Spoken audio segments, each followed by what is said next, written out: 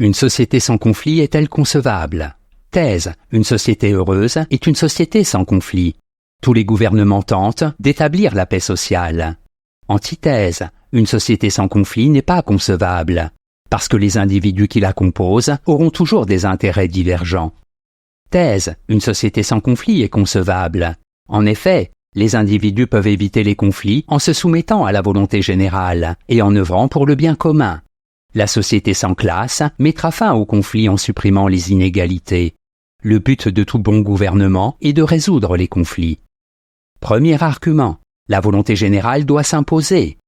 Pour les théoriciens de la volonté générale, comme Rousseau, une société sans conflit est concevable. Les conflits, en effet, proviennent de ce que les individus sont naturellement égoïstes et défendent leurs intérêts avant l'intérêt général. Deuxième argument. La révolution supprimera les conflits. Pour Marx et Engels, les conflits sociaux sont l'expression de la lutte des classes. Tant que subsisteront les inégalités, tant que ceux qui possèdent les richesses et les moyens de production exploiteront le travail et la vie des plus pauvres, le conflit continuera. Mais la révolution prolétarienne doit mettre un terme à cette lutte en instaurant une société sans classe. Troisième argument. Gouverner, c'est résoudre les conflits.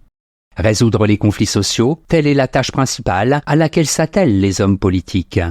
Une société secouée par des conflits et l'insatisfaction de ses membres ne peut être une société heureuse et stable. Au pire, cela peut déboucher sur des guerres civiles. Le but des gouvernements a toujours été de mettre un terme aux querelles, tout en trouvant des compromis qui mettent les individus d'accord. En bref, la fin de tout bon gouvernement est d'instaurer une société sans conflit. Il suffit pour cela que les hommes renoncent à poursuivre leurs intérêts égoïstes et fassent des compromis. Antithèse. Une société sans conflit n'est pas concevable. Les conflits sont la marque d'une société démocratique et pluraliste. Seuls les régimes totalitaires réussissent à étouffer les conflits. Premier argument. La volonté générale est inatteignable. Il est utopique de croire que les individus accepteront de renoncer à leurs intérêts au profit de la volonté générale.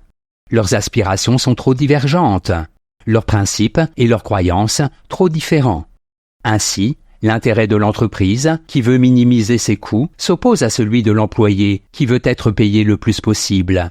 Plutôt qu'une seule volonté générale, nous voyons se former des volontés diverses en fonction de l'appartenance des individus à un parti politique, une catégorie socio-professionnelle, à un sexe, etc. Deuxième argument. Seul le totalitarisme est sans conflit. La lutte des classes n'est de loin pas le seul antagonisme qui oppose les individus.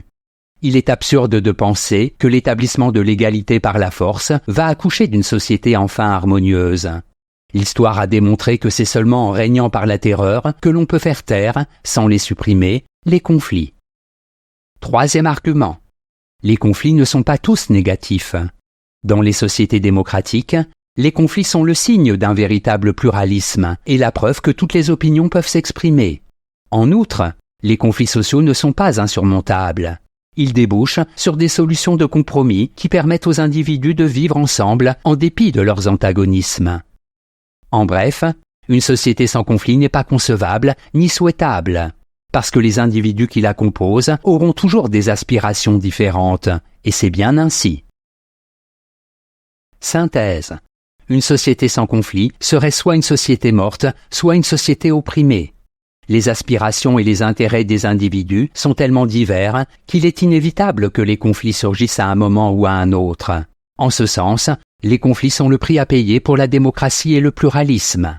Le débat démocratique doit justement servir à trouver des compromis entre les convictions qui s'affrontent et à permettre aux volontés antagonistes de cohabiter sans chercher à tout prix à éliminer les adversaires. Cette gestion démocratique des conflits est propre aux sociétés évoluées et stables.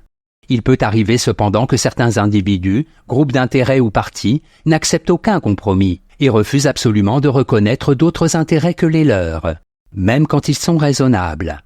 Une telle intransigeance est dangereuse pour la société et doit donc être condamnée au nom de la démocratie et de la tolérance.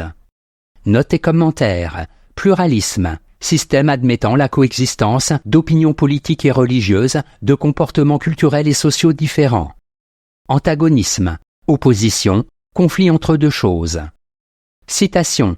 Ne vouloir faire société qu'avec ceux qu'on approuve en tout, c'est chimérique, et c'est le fanatisme même. Alain, propos.